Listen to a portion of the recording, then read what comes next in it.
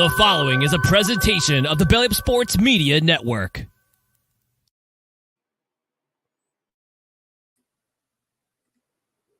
Mike, we're professional, sort of.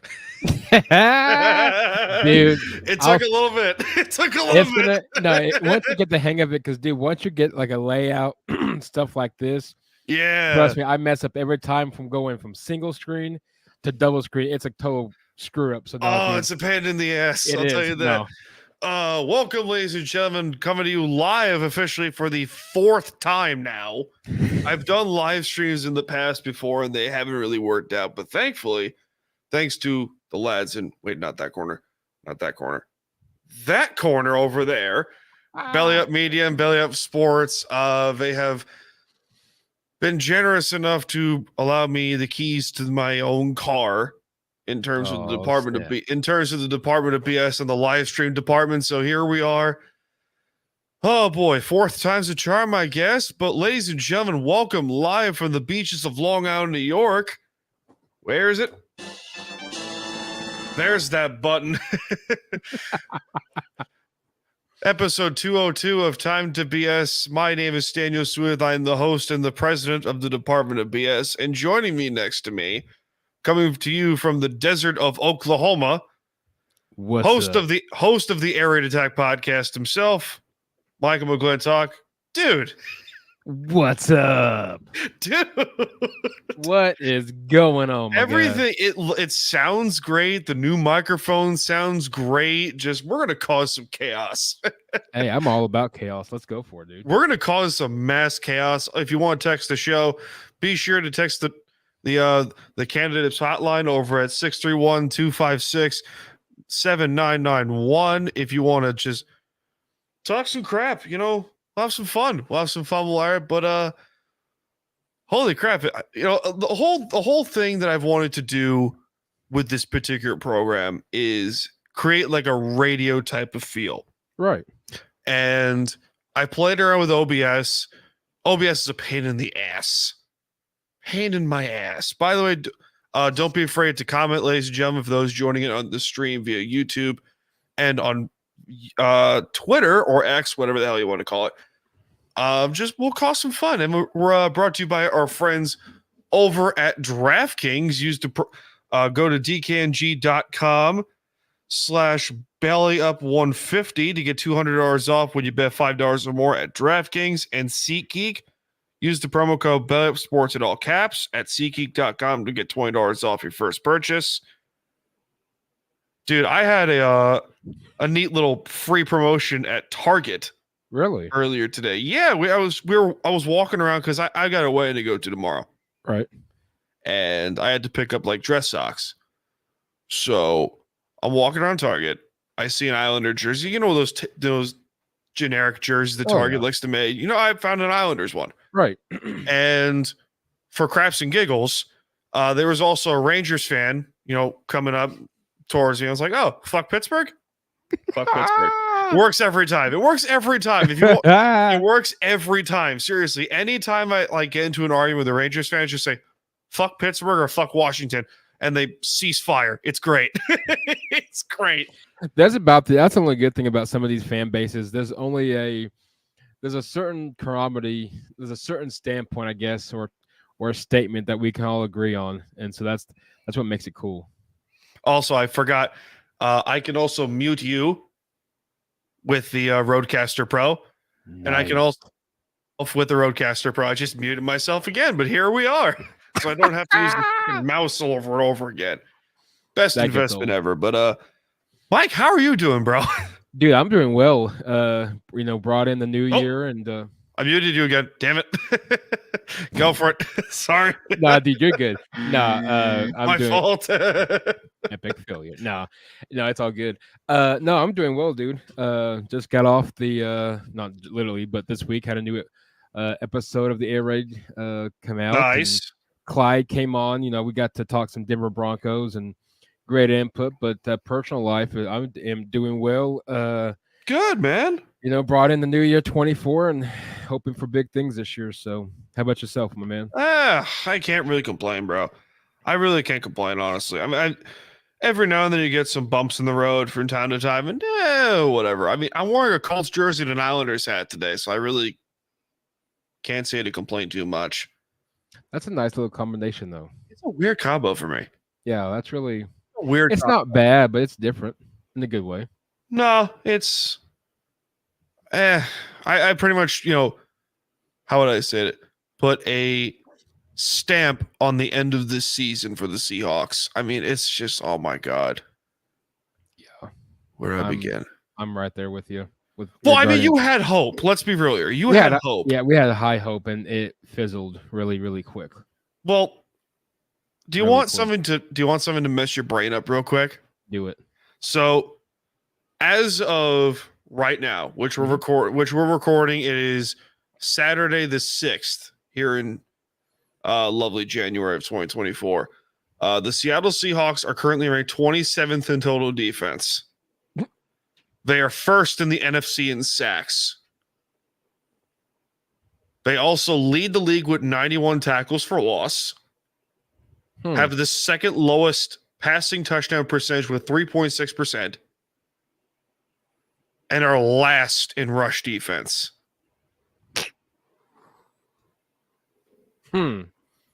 So what you're telling me is you guys can get to the quarterback, but by all means you cannot stop them running against you. No, we can barely get to the quarterback. We can't stop the run to save our life. No, exactly. Oh my God. What was that last year when Josh Jacobs ran for like 300 yards? Like he went ape shit. Yeah, I think he was on my fantasy team that day, and thanks, Mike. And I rejoiced on that one. Thanks, Mike. Oh, we're gonna have fun with this roadcast. We're gonna have a lot of fun with this. We're gonna have a lot of fun. But yeah, I am at the point where do I want to see Pete go? Do I want to see him stay? I don't know anymore. I really don't. From a non-biased standpoint and just a fan of the game, I think it's time for Pete to go. I think he stayed. I think he's done what he's done. I think it's time for Seattle to move on and to get a new look. Because what's going to happen is you guys are going to, if the longer Pete stays, and I'm not going to sit here and say you may win it all next year. I really don't know, obviously, but the longer he stays, the farther back and setting back you guys are getting as an organization. Yeah, I agree with you with that. I mean, how long have I said this before in all the years that you've known me? Well, let's see. If you want to go back to the good old days when you and me and Kyle and Dave and Will was on, I mean, it's been a while, dude. How long have I been doing this? How long have I been doing this show now? Almost 5 years. Yep. It's almost 5 years of doing this. Terrible, but at the same time, it's fun. And it took 5 years to get actual professional microphones. For real. Honestly, what the hell? We're moving on up. I mean, when did we start off with a USB microphone and just it? Because you had the most radio experience out of all of us. Yeah, and what's funny is when I first started Air Raid back on February of 2020, I used my phone. That was the only thing. That's right. And I kid you not, dude, I effed up, I think, the first whole season, if you will.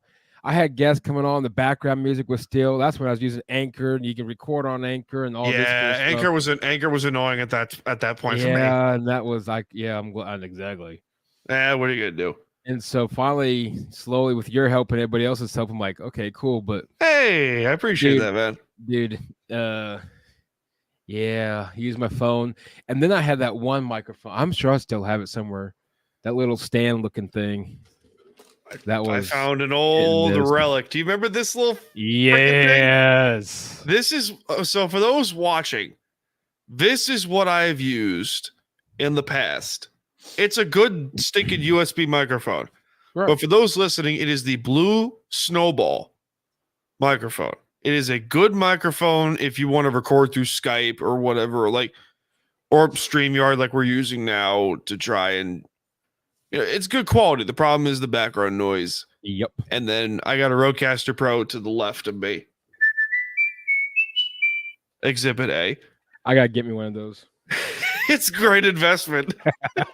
It's such a good investment. Especially with the fact that I got all these SEC podcasters who hit me up now. I've got to for next football season.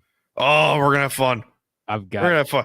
Oh, if you need some more podcasting, like some more podcasts to come join the club, I'll let you know. And if share along the ride, I'll join your ride and you join the ride that we're on. This is a roller coaster of dickbaggery. That's that's what we do here. Absolutely. We have a good time, but we got off track as we usually do.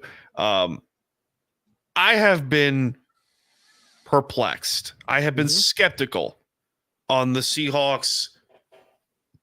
How would you put it? End of season turmoil, because they are 8-8. They're dead ass at 500. Right. Entering tomorrow's game in Arizona, Which you guys should win, I guess. I'm shocked the Oklahoma boy and his fandom of Kyler Murray has not said otherwise. I'm surprised Kyler's done as decent as he did. He really has, which is shocking to me. I'm not going to lie. I'm shocked by that one. Jonathan Gannon, of all things. Of all things. Yep. But if we're going back to this discussion of the whole, like we have this conversation all the time amongst football fans or whatever, like who's getting fired on Black Monday? Black Monday this, Black Monday that. Who's getting fired? I think we're all in agreement. Ron Rivera, Bill Belichick. Oh, yeah. Like those two, you can make an argument. There's a weird argument in Philadelphia about if Nick Sirianni is safe or not, which is, let's be honest here, he is. He took he went to the Super Bowl last year. Exactly. And he could, he has a chance again to go back again this year. He should. Yeah. They have a chance to get back. I'll throw in, he won't be fired Monday because they're beating the playoffs. I would not be surprised if Mike McCarthy down in Dallas gets fired once their season ends. Mike McCarthy is a fascinating case because on one hand, he's given Dak Prescott a pretty good season. He's helped coach Dak Prescott to be a pretty good quarterback. However, that defense is really good. I don't know. Vrabel's in there. Mike Vrabel with the Titans is one of them. He could get fired, but at the same point, it's not his fault. Well, no. In Tennessee, if the Seahawks job is available, that's gonna be the best job. That's gonna be the best job. I want to give you a guy, and we don't see firings much out of this organization. You probably know I'm gonna go with this. Pittsburgh. Any chance Mike Tomlin gets the pink slip? No. And the only reason Tomlin stays is because his team is inconsistent, but they're consistently winning, sort of. True. And how often do you see a coach get fired in the city of Pittsburgh? It's never happened. Not just the Steelers, the Pirates, and especially the Penguins. Like, sir, it never happens. No, it doesn't. Aside from the Penguins, but like that's beside the point. No, I don't think Tomlin gets fired. Unless they just stink the bed terribly. If they make the playoffs and stink the bed, which you never know. You never know. Well, no, you don't. No. That would be the one that I'll be really curious on. I'm with you, though. I don't think he does, but he's a name that, I kind of been thinking about just simply because, do you think Arthur Smith down at Atlanta gets canned? I don't know. Part of me says yes. Part of me says no. Because Bijan's a good player. He's a heck of a Bijan player. Robinson's a really good back. Go back to Pete, because if the Seahawks job becomes available, how many candidates would be there? Because I can name two right off the top of my head. Mike McDonald from the Ravens, the defensive coordinator, and without hesitation, Dan Quinn. Oh, I think Dan Quinn's he's gonna be a hot commodity without again. hesitation, Dan Quinn. If the Seahawks job becomes available, which I think is the biggest reason to why Dan Quinn did not take a job last offseason. Denver, yep.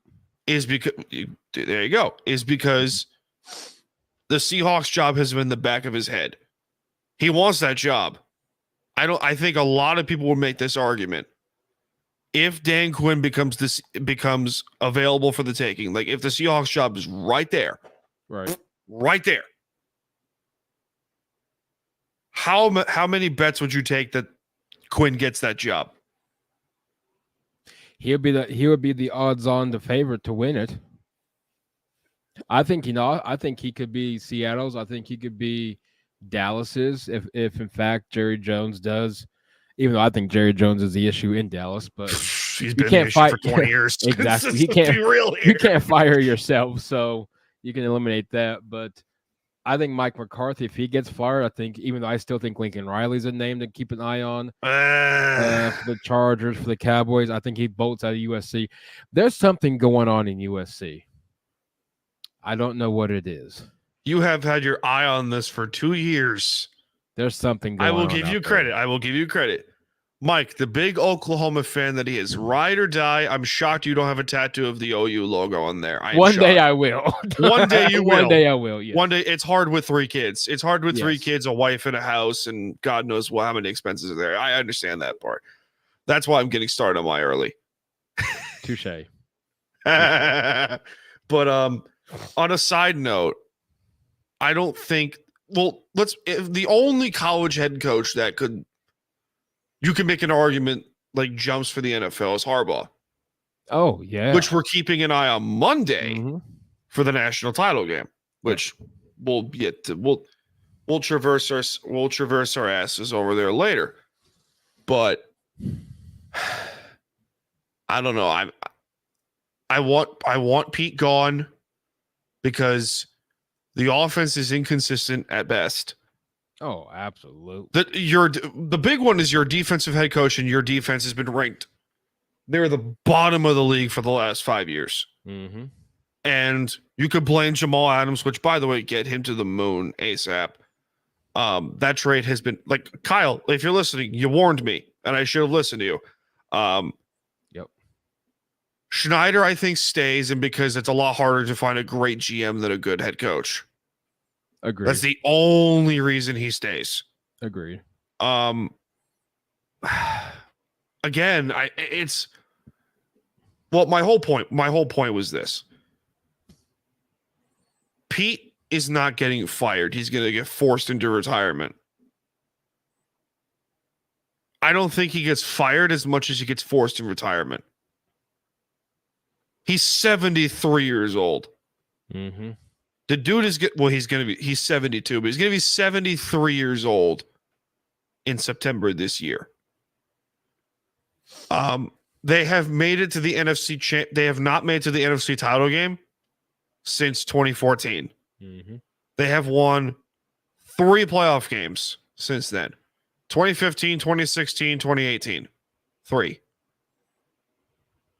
playoff games since then. And there are people that will still defend this man and saying, oh, he's the best coach the Seahawks have ever had. Without question, he is. But saying that, oh, Pete should stay is like, because you only need a great defensive line. No. That's not it. Your defensive scheme is not working anymore. No. Offenses have continuously figured out your scheme. They've figured it out. And another perfect example is San Francisco is worlds better than you. The 49ers, with an inferior record since 2015, let's be real, look it up. The Niners have had a worse record than the Seahawks since 2015. Don't believe me? Google's right there. Mm-hmm. And they have ran circles around you. Circles. Both offense and defense. Circles. And you're wondering, why can't we stop them? Yep. I don't know. Mike, you're more of a football genius than me. I mean, you watch college football and pro football. Oh, yeah. Like Yeah, it's mainly what I grew up on. Yeah. like a madman. Mm-hmm. What would you do?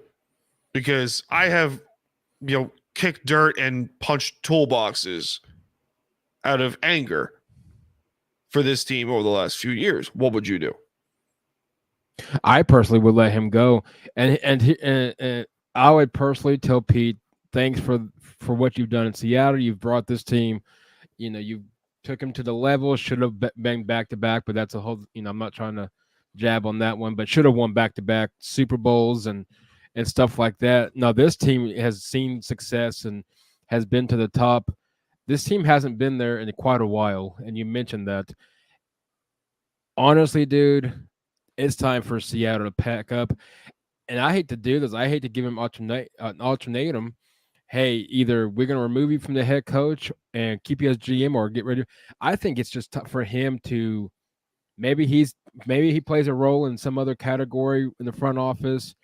That's perfectly fine. Well, let me stop you. Let me stop you with that, because what people don't talk about, he's also the vice president of football ops. Most of the decisions that Pete makes in terms of the roster management, coaching, it all goes through him. Mm-hmm. And that's the other thing. He hasn't hired a great offensive coordinator since Norm Chow at your aforementioned USC. USC, yeah.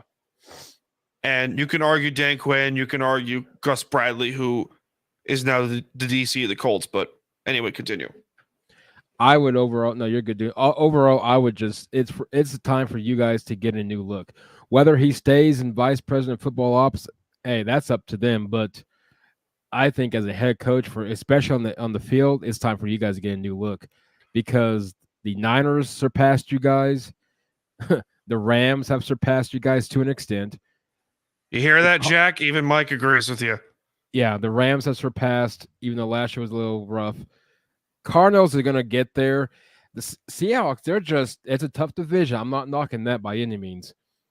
If Arizona gets the right pieces, they might pass you guys. You guys are really getting set back the longer he stays. I think it's time for Seattle to get a fresh look, a new look.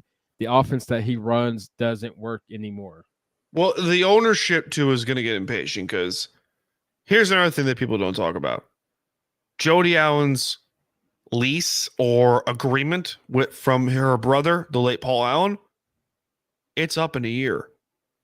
Right. So the franchise might get sold to whoever. Right, exactly. And they're going to want to, like the Broncos just did, they're going to need to do something to get the new owner's attention. Mm-hmm. Whether that's, Jeff Bezos, my money's on Bezos because he's from there. I like Bezos, yeah. I would want Bezos as the Seahawks owner. Yeah.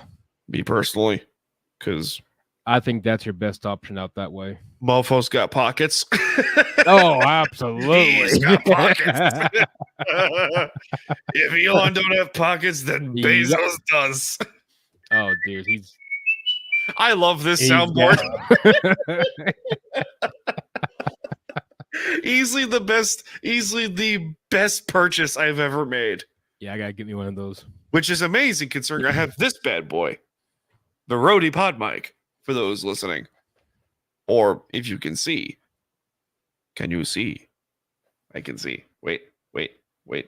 Smoke weed every day. There's that delightful button we know and love. We know and love. Nice. Anyway, you touched on the national title game. Michigan and Washington is Monday. Washington has not competed for national title since 91. Mm-hmm. And Michigan, when the hell was it? The last time they won a national championship was 97. I think Nebraska played for it, but they called national championship at the time. But that was the last time they won one. I actually played one. It's been a while. What was it, against Bama? No, it couldn't have been. Keep thinking. I'm going to Google this. I'm going to say played for could be Oklahoma back in the 80s and 70s. 90s, Colorado was 90. Washington was 91. I don't think it was 90 against that really good Cordell Stewart Colorado team. Maybe mid-90s if they did play for one. Because they haven't, they code national champ in 97, haven't played for one since. It's been a while. I'm going to say if they actually playing for it, I know they played us in some bowl games. I think 97, you were right. Because another Nebraska won that year as well, along with them. I think 1997. Yeah. The last year before the BCS system came into effect. Sounds about right. Really? That can't be right. That would be darn near close to it because we won in 2000 and Florida State was 99. Yeah, that very well could be. Wow. Yeah, that very well could be. Who was 98? Miami, right? Tennessee? Really? Hold on. Amazing. The college football junkie that you are. Tennessee, I believe. That has to be Tennessee. We're going too far down the rabbit hole here. We gotta stop. We gotta stop. We gotta stop. We gotta stop. But Michigan is playing Washington in Houston for the college football playoff national title game. Tennessee won the first BCS national championship. Thank you. Thank you, genius Mike, that you are. I want to say Washington wins because, for one, they're very well coached. Kalen DeBoer is a damn good coach over UW. Penix has an arm and a half. Oh, absolutely. Oh, he can sling it. And then Michigan's defense is great. Michigan's got a really great defense. Their front seven's really good. Oh, they're good. Their front seven's good. And what Washington could do is they have to test these Michigan corners because they have a dual receiver that is probably the best in the nation. Probably. I mean, for those of you who are over here in the East Coast, you probably don't know what the hell we're talking about. No. But for those of you over the Pac-12, well, the soon-to-be destroyed Pac-12. But anyway, I digress. Real quick I'm not trying to make a jab at him, but kind of how much of a slap in the face is this to the Pac-12 that this is next year's Big Ten champion? What a game. dick move! That's got to be a bummer. What a dick move by the Pac-12 to disband the year Washington makes the college title game. Plays the team that they're going to be seeing a whole lot more. What to come. Level move this has to be. Who's the Pac-12 commissioner? Who is it again? I can't remember. But he must be thinking to himself, what is it? You know that stupid meme of the dog sitting in the burning house like, this is fine. That's him right now. Oh, it's George. Someone. George Khalifloff, or I can't pronounce it. It's George K. We'll just call him George K. Some Greek name. Some guy is about to be unemployed is who he is. Oh, my God. Jesus. But Washington. I think Washington wins.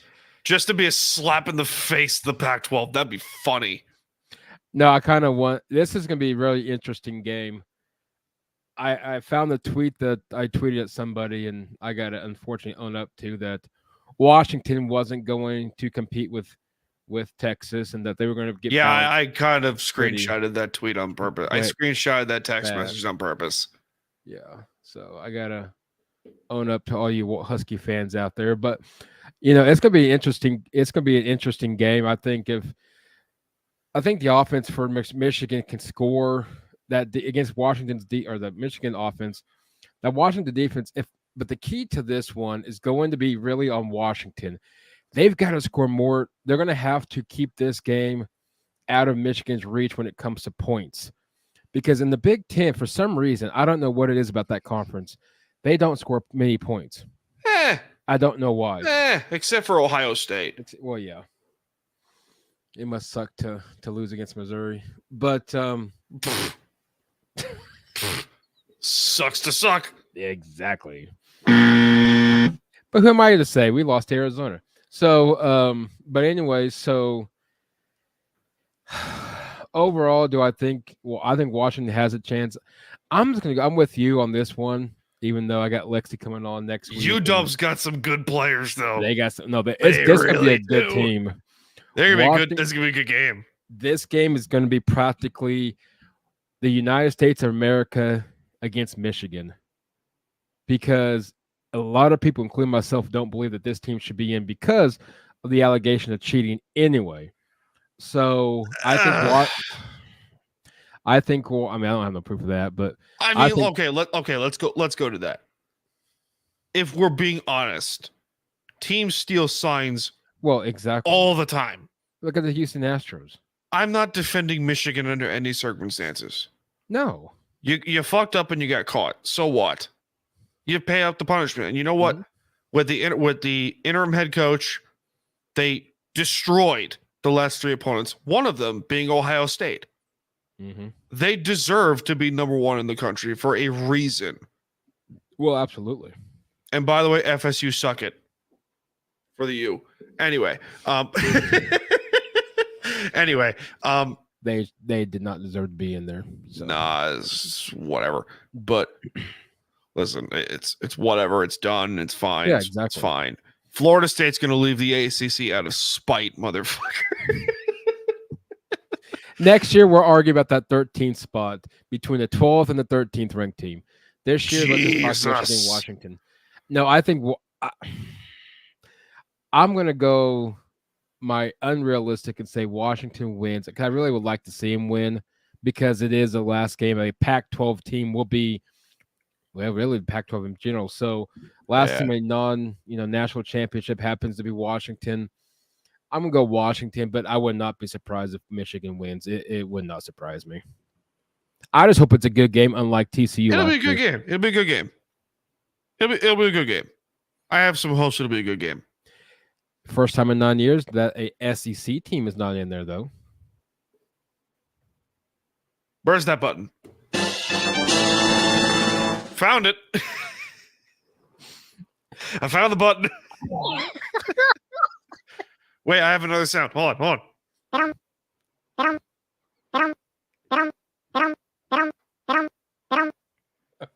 I like this thing.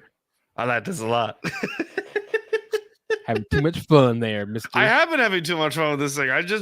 You would love to try it. No, I got to get me one. You would love to try this thing. Dude, I'd be like, boy. Go to eBay. Oh, absolutely, dude. Go to eBay. They got it. So I have gone back and forth with this next topic here. Mm-hmm. The top 5 of the NFL draft is probably going to be set in stone.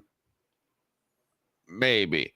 But the Bears have clinched the first round pick thanks to Scott Fitter and the Carolina Panthers' stupidity. Yep. Anyway, the Commanders are probably going to go number 2. By the way, change that name back. Please do. Please do. Just history. Anyway, the Patriots are a 3rd spot since the 90s. The Cardinals are going to be 4th, and the Giants are going to be 5. So, the only way the Bears take a quarterback first overall, whether it's Caleb Williams, Penix, Jane Daniels, or somebody, is they have to trade Justin Fields by March. No, absolutely. No, which, by the way, because of the way he's playing, unlikely. I wouldn't see many teams hopping on that thing. So, enter Washington. We touched on Denver a little bit early on. If Russell Wilson gets released, my thought is that he goes to Washington. He's from the Virginia area. Mm-hmm. Washington needs a quarterback. Eric Bieniemy is going to be the next head coach. Probably. Oh, absolutely. Probably. Absolutely. You never know. But for all we know, it could be Jack Del Rio who was fired by them some time ago. Nah, I think it'd be Eric. Hopefully, he deserves a chance. Dude needs a shot. Exactly. Dude's got to get a shot. Yeah. But Washington could take a quarterback second, unless if Russell Wilson decides to go, you know what, I'm going to sign with Washington. They're my hometown team. Let me just have some fun with there. Again, if Denver decides to cut bait with him, which you never know. No, reports are that we all expect it. I think, me personally, if I can give my honest opinion, I think they'll restructure his contract and keep him. You have to restructure. I don't deal. think he's going to get his money next year. And I think it's going to be one of those things. Here's our offer. You like it? You don't? If not, then we're going to cut you. I think that's what's going to boil down to. Which again, if Russell Wilson really wanted to win in Seattle, he would take a massive pay cut every year. But then again, I digress. No, exactly right. The next one's the Patriots. The Patriots fascinate me with this one because Belichick's in all likelihood could either retire or leave the Patriots as head coach and probably go to the Chargers or retire. You never know. Right. If the Patriots decide to go, hey, we're going to make Bill O'Brien the head coach, see what he can work with Mac Jones, because Bill O'Brien is an offensive coordinator, good coach. I will die on this hill. And Houston, he really didn't get the axe until he decided to become the GM. Yep. So we all know how that story turned out. He wasn't too bad at Penn State. He was good at Penn. He was good at Penn State. I could speak from experience. He was good with Penn State. He had a good couple wins here and there. Particularly over Michigan that one year in overtime. 4 overtimes. But I would like, if I were in New England spot, I would say, okay, we took Mac Jones with our first pick for a reason. Let's see what we got in this kid. He was a Heisman finalist at one point for a reason. Dude's got a good arm. He can throw the ball really well. Let's see what we can do with him. Then comes the Cardinals. If Arizona decides, which again, you never know. Right. But if Kyler decides to say, you know what, I want to get traded, you make the argument he could get traded. You make that argument. His contract is not unmovable, but it's kind of unmovable. Yeah, the Cardinals are going to have to pay a lot of that to get him out of there. I'm trying to think. Washington. Washington keeps ringing a bell. And I still think Kirk Cousins is out in Minnesota. And then the fifth option are the Giants. The Giants, you thought the Patriots fascinated me. The Giants are like, okay, you're just there. You're just there. You're that kid that's, how would you describe? It's like my entire life in high school. I'm just there. No, exactly. Absolutely. I'm just there. Yeah. I'm not even roasting myself. That's just real. But the Giants are like that kid in the back of the class that's just like, I don't know what I'm doing here, but I'm just rolling with it. They were in the playoffs last year. They had a really good team last year, despite the record. Yeah. Brian Dable, say what you want about him. Dude can coach. Oh, yeah. Dude can coach. But the whole point was, I don't think a quarterback's going to be taken in the top 5. Now that's what the NFL wants. The NFL wants a team like Chicago to go to Caleb Williams and say, you're a Bear. But in reality, the Bears could take Marvin Harrison Jr. with their first overall pick, who was rumored to be the first overall pick come last summer. So if the Bears take Marvin Williams Jr. with the first overall pick, then Washington in free agency says, okay, we're going to take Russell Wilson, or we trade for, or we go balls to the wall and trade for Kyler Murray. And then comes the Patriots, which we're going to take an offensive lineman or booster that defense up. Then comes the Cardinals again, which pick and choose. Then comes the Giants, which pick and choose. Yep. So I don't think we might get a quarterback taken until the latest the top 10. Well, I mean, because even if you look at, even let's say, for example, top 5, Chicago, their best option really is to build around Justin Fields, give him some weapons. You got to. I think, I mean, that's your first option. I think you've got to build, especially if you have nobody that wants to take Justin. Washington's going to be an interesting one. You don't know. Are they going to go rookie quarterback, bring in a veteran like a Russell Wilson to learn from, and then or Sam Howell? Well, absolutely. Or Sam Howell is in that question here. New England, I'm with you on that one. Do they stick with Mac and see what Bill O'Brien can do with them? That's going to be an interesting one. If not, I have the draft board up here for you. Okay. So the Chargers are picked 6, then this Tennessee, then the Jets, then the Falcons, and then round up with Chicago at 10. Followed by Vegas, then Minnesota. That could be a quarterback. Mm-hmm. New Orleans, Denver, Seattle. Denver could be, depends on the quarterback situation. Denver could Seattle. Be at 14, depends Seattle.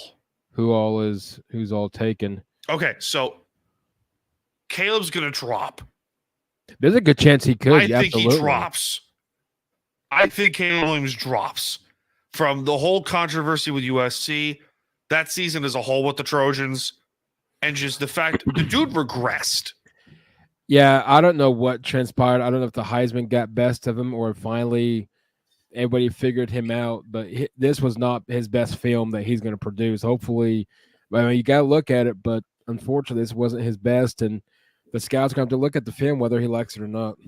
One thing we can agree on is that the dude can run and he's got a great arm. Oh, he has great talent. Yeah.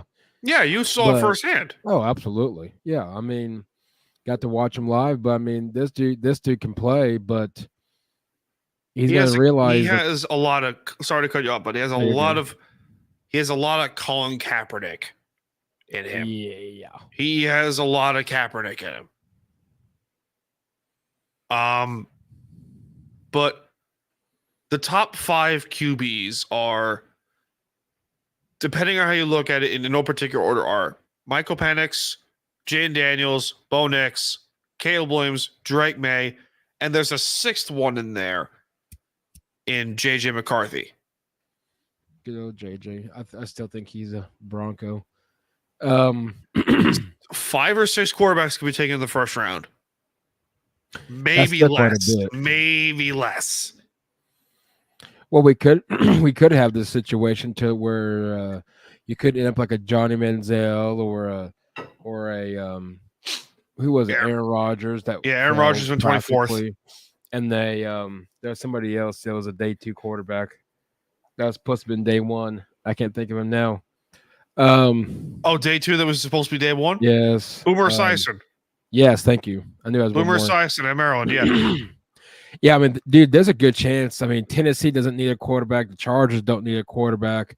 They're perfectly fine with Herbert. Jets don't, even though, it's up there in the air. Falcons, you never know. Ritter, I don't, who knows what they're going to get out of him. This first round is going to be interesting. I do think this is going to be a defense and wide receiver round by far. Especially that receiving core. Receiving depth is really good this year in the draft class. It's very good this year. Very good. Very good. No, I think it's a defensive and wide. I think it's a defensive side and a wide receiver round. To be honest, I would like on my side of things. I would like either Penix or Bo Nix, or out of a long shot, Caleb. I think the farther Caleb falls, if it depends on how far he goes, if he even does, it's gonna be fascinating. It's gonna be fascinating who jumps on him just to say you got him. I know, real quick. I know Clyde and I talked on this week's episode of Air Raid, and we kind of talked of who we want and don't want. That the edge, Dallas Turner of Alabama. Excuse me. That dude's a stud.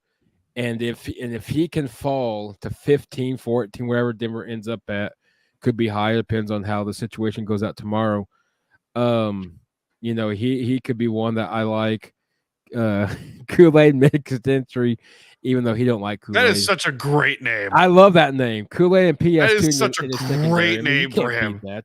No, you can't. I would love to have him and Bo Nix. I think my three, but it's gonna be interesting. Especially for you guys, it's really going to be interesting. Yeah, middle of the pack, it's so, which is weird because we talked about the defense earlier. Their defense is not. It's weird. They're literally a bend but don't break defense. Now, do you guys need a tight end? No. Fant, I think gets re-signed. Disley's under contract. Parkinson, I think gets re-signed. Running backs are fine. Receivers are deep. Well, they're realistic. They're deep at all three of those positions. Gotcha. Running back, tight end, receiver. Offensive line. They took that kid out of Michigan, who was the Remington Award winner.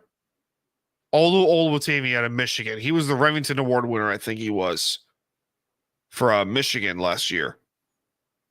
And they had this other kid, Anthony Bradford, who is a monster of a man. Oh, absolutely. And the two tackles, Charles Cross and Abe Lucas, they're good. I don't know. I mean, I haven't looked through the prospects enough to really see. Right. But there is an internal discussion saying that, okay, they could stick with Gino for either next year, or they could cut him. Bless you. Or they could cut him and they could save $30 million, which Gino's not having a bad year. He's having a good year. Not like last year by any stretch. Well, no. But it's my argument is, okay, take a quarterback with your first pick. Let him sit behind Gino. Yep. Let him sit behind Gino and let the kid learn. Because what Kansas City taught us is you could trade up, take a quarterback with your first pick, have him sit behind a veteran in Alex Smith, and have everyone lose their minds when they trade him to Washington, which we all know that worked out well for them. Say what you want. But that's my 2 cents behind it. That's what I would do personally. The reason why I asked about the tight end position, because Brock Bowers, the tight end out of Georgia. Yeah, he's good. He's good. He's good. He's good. Okay, so now we're having some fun here. The free agents, I haven't looked through a lot of them, but they could. Seattle has $30 million in cap space, assuming they cut Jamal and Quandre Diggs. Right. Which, by the way, they both need to be sent to the moon. Just fly away. Their cap space. One thing Schneider knows how to do well is coordinate the cap like a magician. Oh yeah, he can do it really well. Anyway, did you see SmackDown on Friday? Oh boy, dude! I want to, because Chris Joseph, a buddy of mine, him and I were talking about it. I'm curious how this Royal Rumble ends up, because I'll tell you, it looks like this 4-way match. You got a 4-way with AJ and LA and Randy and Roman. It's I will tell you how now you got The Rock involved. I will tell you what they're gonna do. Rock and Roman for Elimination Chamber, because it's in Australia, right? It's in Australia this year.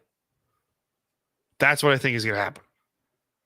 And for the men's Rumble, I think that says CM Punk written all over it. No, I agree on that one. If I were to put my Jim Cornette Booker hat on, oh Lord, which is, hey, listen, He's a Southern lad just like yourself. Come on. By the way, Kentucky is the South for those of you who want to yell at me. Yep. Kentucky is the South. If I were to put my Booker hat on, CM Punk wins the Rumble, challenges Seth Rollins for the World Heavyweight title in Mania. Mm-hmm. That's main event number 1. All right. Cody wins the Elimination Chamber match against, in all likelihood, the first 3 we just mentioned: Roman, Right. AJ Styles, LA Knight, Randy Orton. Maybe you throw Kevin Owens in there. Either way, that's going to be a effing phenomenal match. Do you throw for the Elimination Chamber? Do you throw a J in there? Jey Uso? Mm-hmm. Sure. Yeah, I would. It'd be worth Shits and gigglies. Though, yeah. You know what? Throw McIntyre, actually. Throw Drew McIntyre in there. That'd be fun. I would tell him how many's in there? 6. Yeah, 6. So you got Drew. 4 in the pods, 2 to start. That's right. Yeah, there you go. Yeah, it's 6. Is it me or is it parts? Is it me or is maybe just me, or does anybody else have this feeling to where Jey Uso reunites with Roman? Here's what I think could happen. Yes, you could have Jey Uso as a single is pretty good. No, absolutely. He's good. He's shown now on 2 different occasions why he deserves to be single star. Oh yeah. Jimmy, say what you want about him, whatever. Solo Sikoa, I have a lot of hope for him. I'm hoping Uso. I'm hoping that Solo, they kind of give him a write off. He's got to they need to move him somewhere, get him away from Roman somehow. Here he has Batista written all over him. The dude can he's strong. Jimmy needs a tag team partner. I hate saying that. Yeah. I like Jay, but those 2 are better as a tag team. Oh, by far, yeah. But what I think you could do is that Jay could stay. Now, Jay and Jimmy could stay split up and they have a match at Mania against one another. That'd be cool with me. That'd be cool. Yeah. At Mania 40 main event, night 2, which is going to be, like it or not, Cody somehow dethrones Roman for the title. It's written all over it. It's written literally spoon-fed. Because a lot of if a lot of people were to do the research, I mean, Roman eventually wants to retire and spend more time with the family. So yeah, this is where his send-off is going to be somewhere before SummerSlam. I think this is where we're going to send him off at. By the way, Paul Heyman should head on the Hall of Fame this year. No question about it. Oh, absolutely. Philadelphia is the home of WrestleMania this year. ECW written all over it. But at the same point, as I was saying, Jay gets involved because it could be a no disqualification match. You never know. Jay gets involved. Sammy gets involved. Kevin gets involved. LA gets involved. Like a lot of these guys gets involved. All of a sudden, Jimmy and Solo are in there. Jimmy super kicks Roman. And Solo knocks Solo out of the ring, fights Solo. Just Cody hits the crossroads, 1, 2, 3, new champion. No, that would be awesome.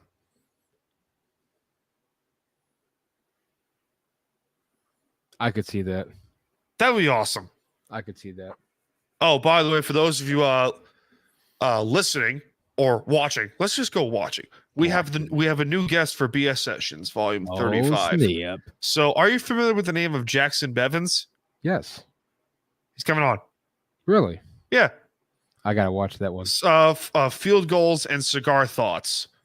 So he's gonna come on. Nice. We're gonna have it live on Tuesday. We're gonna have a good time. Nice. Big fan of his work and his beard. That man has an immaculate beard. Phenomenal beard. Makes me jealous.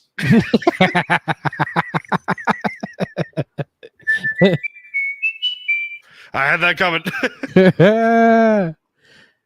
No, that dude has a phenomenal beard. Okay, so now on the women's side of things, I think Bayley wins the women's rumble. Oh yeah, and here's why. If you pay attention, you start to see the cracks former Damage Control with Io Sky, the champion, Dakota Kai, Kairi Sane's now involved. By the way, welcome back, Kairi Sane. She's phenomenal. Asuka is in there. But Asuka's by in the there, way, yeah. Asuka as the Kana face paint is awesome Oh yeah. from her days in Japan. Bailey wins the Women's Rumble and challenges Io Sky for the title because she's not challenging Rhea. No, I don't think. No. Mm-mm. Here's what I would do for Rhea. Elimination Chamber. We have a certain diva come back. CM Punk's wife. Oh, AJ Lee. AJ Lee. AJ Lee. That would be fucking cool. Or if you want to have some fun with it, Bianca Belair. Because why the hell not? Hey. Listen, you never know. No, with whether AJ. no. Mm-mm. You never know with AJ. She's one of those I miss. She was awesome. No, she was. Her wrestling was phenomenal. She was a really good talent. Wrestling, I'm hoping they get it back to where the storylines are phenomenal. Which is they're starting to get there. Which, by the way, AEW needs to do. Can I? Okay, so I like Kenny. I do. Mm-hmm. Kenny the Sports Guy podcast. Like the guy. Phenomenal dude. Really, really great dude. By the way, local guy up in the Bronx. Yeah, phenomenal. Phenomenal guy. He is he will say the most random shit AEW is the perfect promotion. I'm like, Kenny, what the hell are you smoking? Yeah, I love Kenny. I'm always like, dude, you're obviously seeing something I'm not seeing because So I'm missing the mark here somewhere. I saw that first. The devil angle was slow at first, and then it picked up. I was like, oh, it makes sense now. And then, I just for those of you who do not know, AEW, their most recent pay-per-view was World's End over locally here in Nassau Coliseum, over on the island. Samoa Joe and MJF for the AEW World Heavyweight title was the main event. Now, the secret little nitbit to this whole thing was there was a devil in the rings here. Adam Cole was missing. Mm-hmm. People didn't know who the devil was. There were speculations about, it's CM Punk. Oh, it's Jungle Boy. That would have been funny. A lot of people thought it was CM. Yeah. I thought it was CM Punk too, and then he debuted a Survivor Series. By the way, that was awesome. That was awesome. That was awesome. We like that shit. But my whole point is that everyone's talking about AEW is the best promotion. OWW is the best promotion. Wrestling as a whole has gotten a lot better. Not just AEW, right? Having the golden age that they did for 4 years. They were great. WWE resurging. TNA is now back. Mm-hmm. Ring of Honor. Say what you want, Ring of Honor. New Japan's been pretty good. New Japan's pretty good. New Japan's always pretty good. But there is a constant debate between the previous two promotions I mentioned before, AEW and WWE. And it's always about the fan base. The AEW fan base can't see, they're in a state of denial, it seems like, all the time. Yep. And again, Kenny, love you, bro. Damn, son. Yeah. Listen to Jim Cornette more. That dude is a genius. I need to get him on, just kind of pick it or even text him and just pick his head. What are you seeing that I'm obviously missing the mark on? Or Dutch Mantel, one of those two. Oh, absolutely. Dutch would be fun to listen to. But going back to what I said, Samoa Joe submits MJF for the title. We have a new AEW World Champion, and his name is Samoa Joe. Mm-hmm. But before all that, the devil was revealed to be Adam Cole. Right. And I thought, okay, nice little swerve there. And then people were saying, and then Adam Cole says, I want Samoa Joe to bring me the title. What? Samoa Joe looks like crap, dude. He looks like his age. Horrible. He looks like his age. Oh, absolutely. By the way, Samoa Joe is damn near 50. He'd be done. Oh, absolutely. Yeah. He's damn near 50. Edge, love you. Retire, please. For the love of God, please do it. Just for your neck He's sake. I'm not trying to be mean to Edge. For your neck He's sake, gonna please. kill himself in that ring if he don't quit. For your neck, please. Please. And he's got young girls too. Yeah, and for Like, Beth dude. too. For Beth Well, too. yeah. Yeah. Dude, be there for your kids because Be there for Beth too. the way, Jeez. the way that he's treating his body in AEW now, man. Listen. If Best of luck if to I him. had a broken freaking neck, quote Kurt Angle, Yeah. if I had a broken freaking neck that was repaired on 4 different occasions, I'm done. and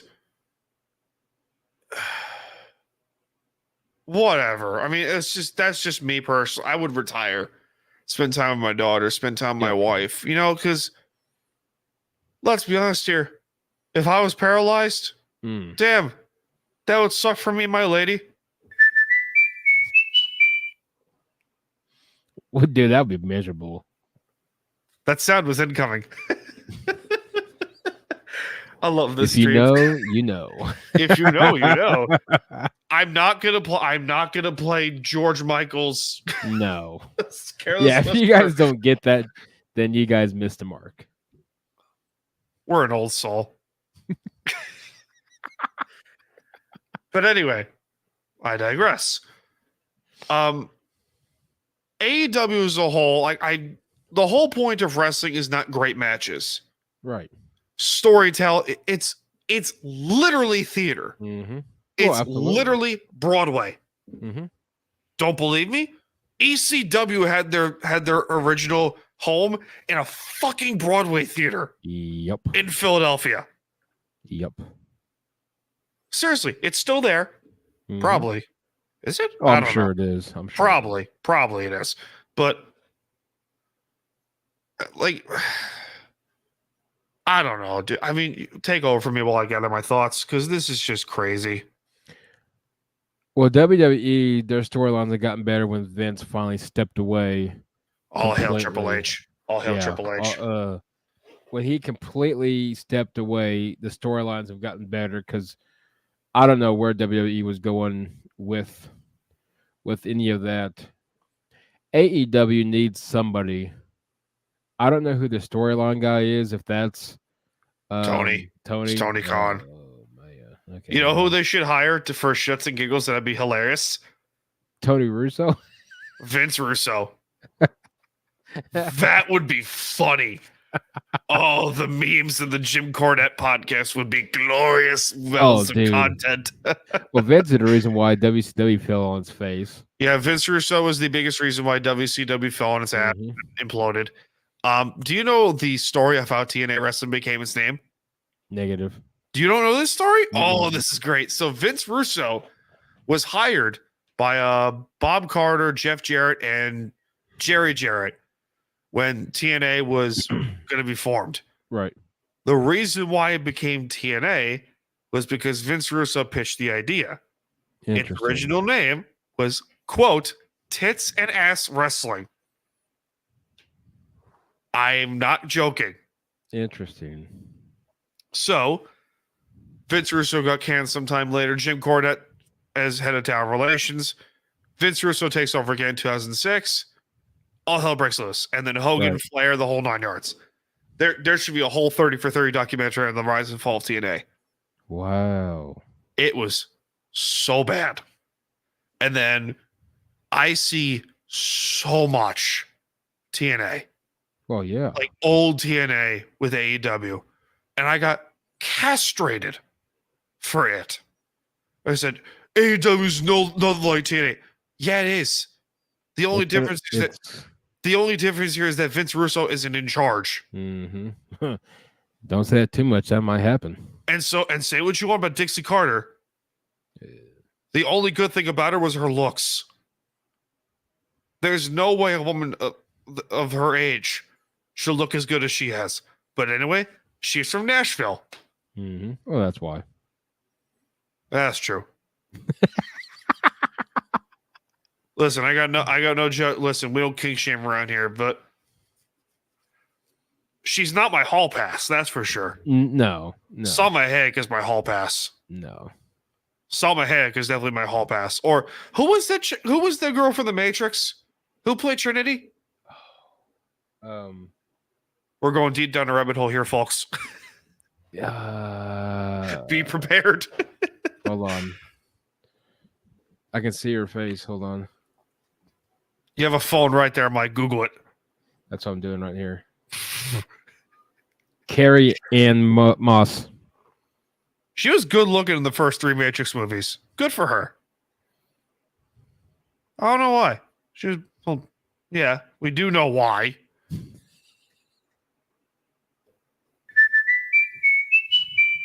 Brought to you by Old Spice. How I don't have an Old Spice sponsorship deal blows my mind. Make it happen, guys. I will make it happen somehow, some way. Belly up, Mike. Please help out, please. If that ever happens, I'm dead. Oh, that'd be hilarious. My goals will be achieved. Dan can retire. No way. If I was doing this for money, I would have quit a long time ago. Dude, absolutely. Oh boy! If I was doing this for money, I would be not doing anything else but maybe my insides hurt. Oh boy! Who was? I don't know who the hell it was. Do you remember Mr. and Mrs. Smith? Mm-hmm. Remember that movie? Mm-hmm. The first one, the woman Angelina Jolie and Brad Pitt. Mm-hmm. That movie actually got them together in the first place. I kind of figured it was. Well, no shit. Look at them.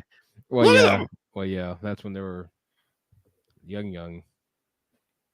Brad Pitt, I'm not going to play the sound. I can't do it. Brad Pitt makes me want to go to the fucking gym. That dude is like 60 and he's eternally good looking. Well, look at I can see his face. I was talking to him but we were talking about him. Movie. Sylvester Stallone. Yeah. Now, granted, he probably had a lot of Botox to him because he's 70-something years old. He's 70-something years old? Oh, yeah. He's no, I don't believe you. Yeah, Give me a second dude. here. He's got to be. I mean, you look at the Rocky movies was way. No. He's 77. Yeah. Wow. Mm-hmm. Wow. I'm sure he got a lot of Botox for men treatments, and maybe not. I don't know, but no, he looks good for 77. Surgery, dog. Oh yeah, absolutely. But for 77, though, dude. Wow. Mm-hmm. Wow, I'm blown away. Yep. Damn, son, look at that. Yeah, because we were talking about that work. We were talking about Tulsa King. That's what brought him up, and how that series is amazing. But yeah, Sylvester Stallone, dude, 70 upper 70s, looking like a gangster still. Probably can fight a lot of. I'm sure he can fight Mike Tyson for all I know. Okay, here's a great question for you. Mm-hmm. Speaking of Mike Tyson, would you rather? Oh boy, for $2 million. Oh god, take a punch from Mike Tyson or Jesus. a kick from Joe Rogan? We're talking about Mike Tyson in his prime, I'm sure, right? No, Mike Tyson now. He can still fight. He can still punch though. He can still fight. Kid's from Brooklyn. Where's Joe Rogan kicking me at though? That's a good question. Yeah. Okay, fine. Lower leg. Joe Rogan. You'd rather. Good point. Yeah, I'd rather break a leg than break my face. Yeah, I'm afraid Mike Tyson might. No. If knowing Joe Rogan though, dude, I think he's gonna send it down south. Oh. Knowing Joe Rogan. Oh. Yeah. No. Knowing Joe, I don't know if I. That's why I asked you where. No. Because knowing Joe, dude, I could see this. That makes my insides hurt. I know. It's yeah. Do you want to hear a fun story? So speaking of Thunder from Down Under, by the way, that was a funny ass story I forgot to tell you about. Me and my family were in Vegas. Right. some time ago, and we were in where the fuck were we? Which hotel? I think it was like Caesar's Palace or some shit. And it was myself, my mom, my sister, my dad, and we were scrolling through Vegas or whatever. Right. We then see this poster for this performance.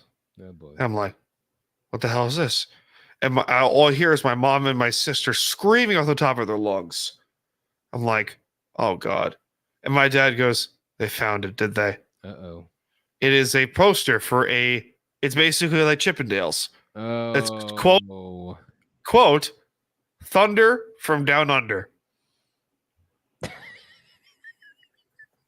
Now listen, men out there, if your lady asks you for her to go see Thunder from Down Under, that is her hall pass. Mm-hmm.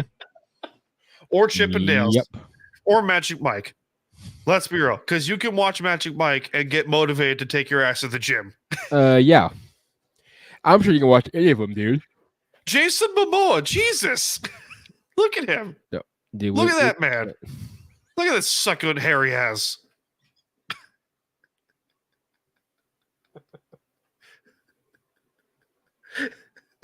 There's a reason why he was Khal Drogo in Game of Thrones.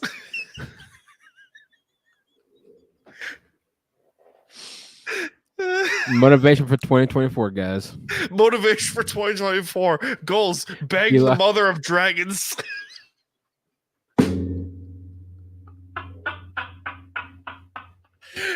Get shredded like Jason Momoa. Oh, I'm dead on that one. Thank God we're recording this.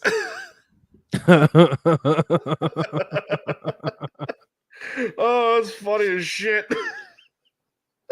2024, guys. Just go to Vegas and get your inspirations from there, and the rest will hopefully be fulfilled for you.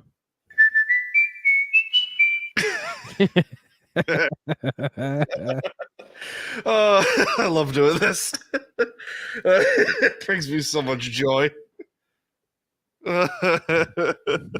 Oh my God. Oh dear Lord. What else is in the news? AOP returned. Authors of Pain returned with Karrion Kross and Paul Ellering.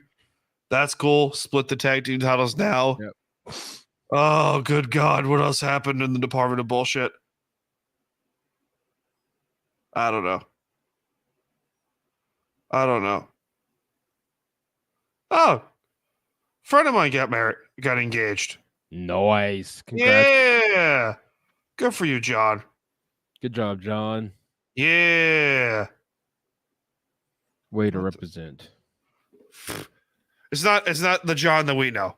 No, it's not. No. It's not the John that we know. I would have told you, but I don't know if I could, maybe. You never know. You never know. You never know. You never know. I could get a phone call from him like in the next 3 hours saying, like, dude, I mean, yeah. You never know. He could be literally calling you right after the show because it's John. Oh, there it is. No, I'm just kidding. It's ESPN. Oh my God, dang, John! I got you. John. I told you, Johnny D. If you're listening, man, please. It's gonna happen for you, Johnny. It better. Happen for him. She makes him happy. Seriously. That's good though. Serious no. Oh boy, we're having a good time. Oh boy, we're having a good time. Remember how Ravens fans were saying that Tyra Huntley should have gotten paid? That is hilarious. Yep. What is happening? I don't know. I think Pittsburgh finally won. Good. Really? Yep. Mm-hmm. Really? I believe Steelers did win.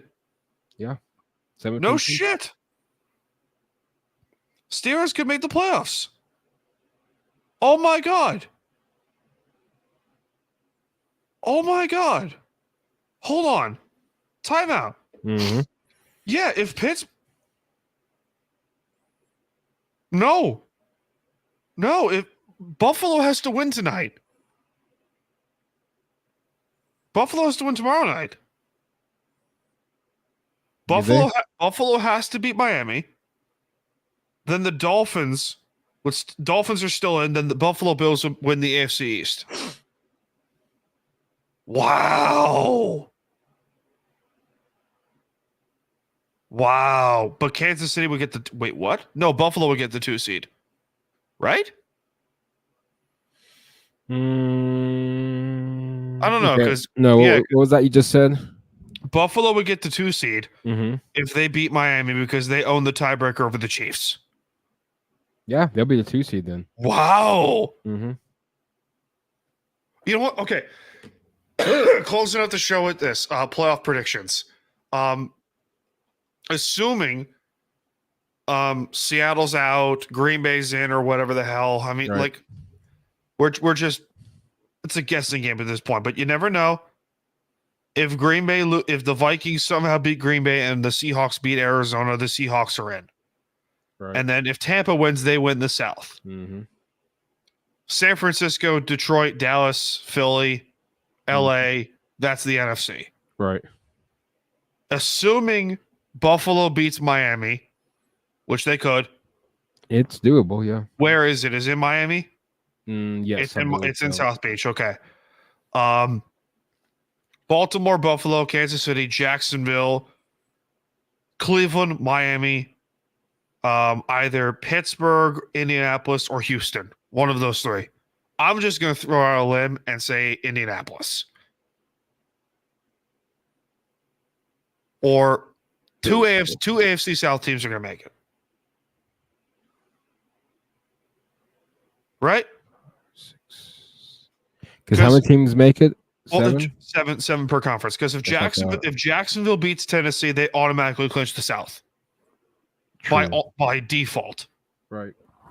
If Jacksonville loses, and if Houston or Houston or Indianapolis win later tonight, they clinch. One of them clinches the South. Gotcha. That's what I think.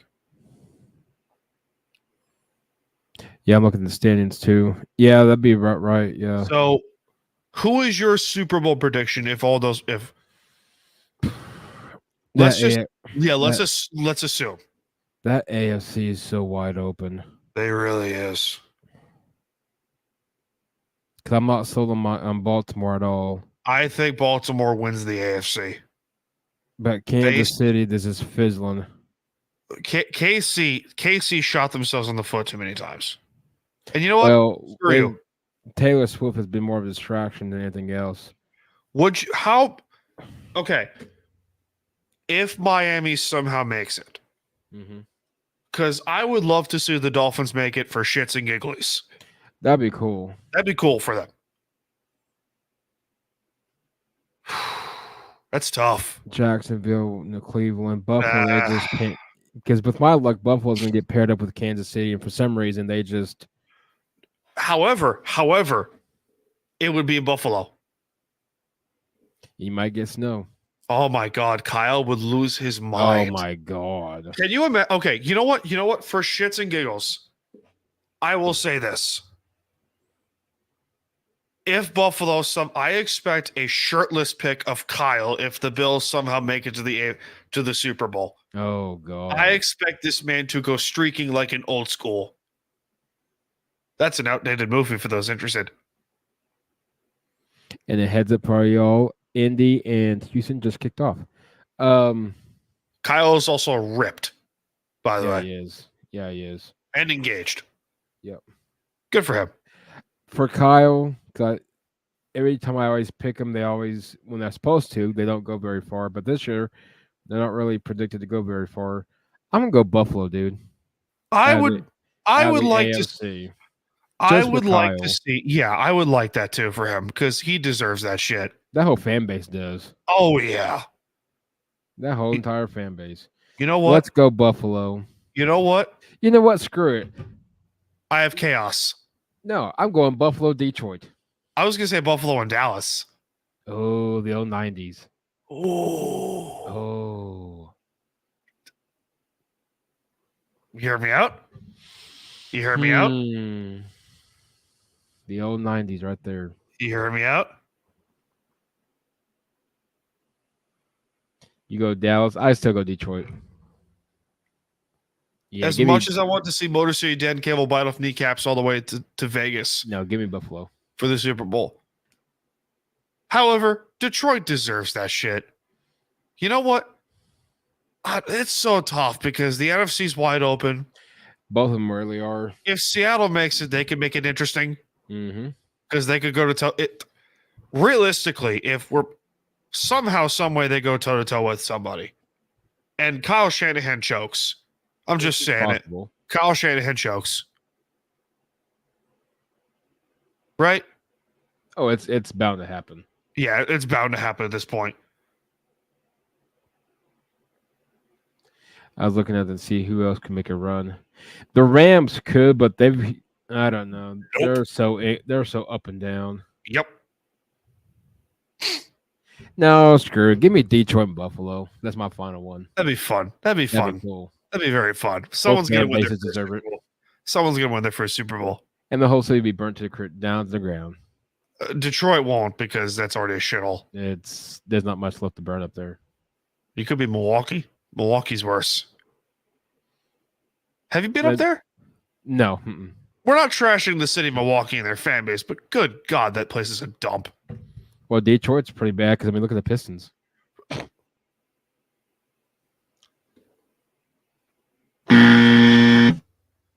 You tried. You tried. Okay, here's an argument here. People say that New York City is the greatest city in the world. Well, I'm sorry. New York City's a dump.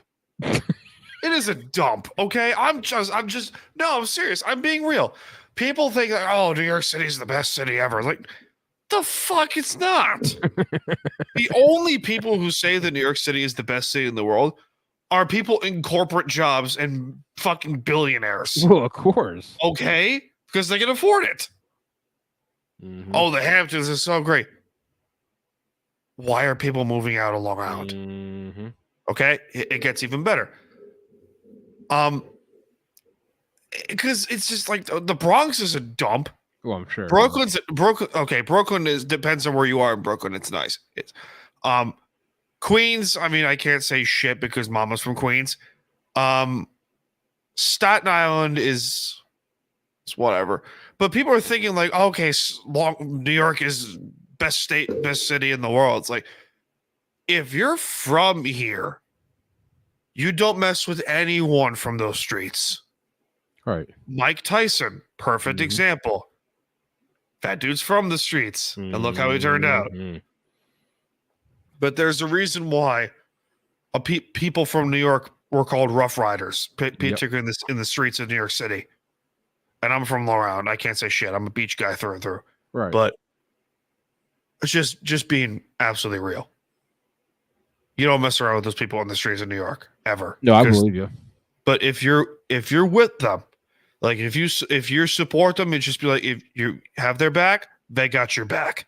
I'll tell you firsthand experience. That's firsthand experience. Absolutely. With that being said, ladies and gentlemen, thanks for tuning into this spectacular live stream of episode 202 of Time to BS with Staniel Smooth. Hope you had a wonderful time in this neighborhood. Thanks to Mike for joining the Department of BS once again. Absolutely, my man. Thanks to our friends over at Belly Up Sports and Belly Up Media, SeatGeek and DraftKings for supporting this podcast. U Stadium, the whole 9 yards. Ladies and gentlemen, my name is the great and powerful Staniel Smooth. I'm coming to you from the beaches of lovely Long Island, New York, and I will see you all in this life or the next one. Cheers, guys. Have a good one.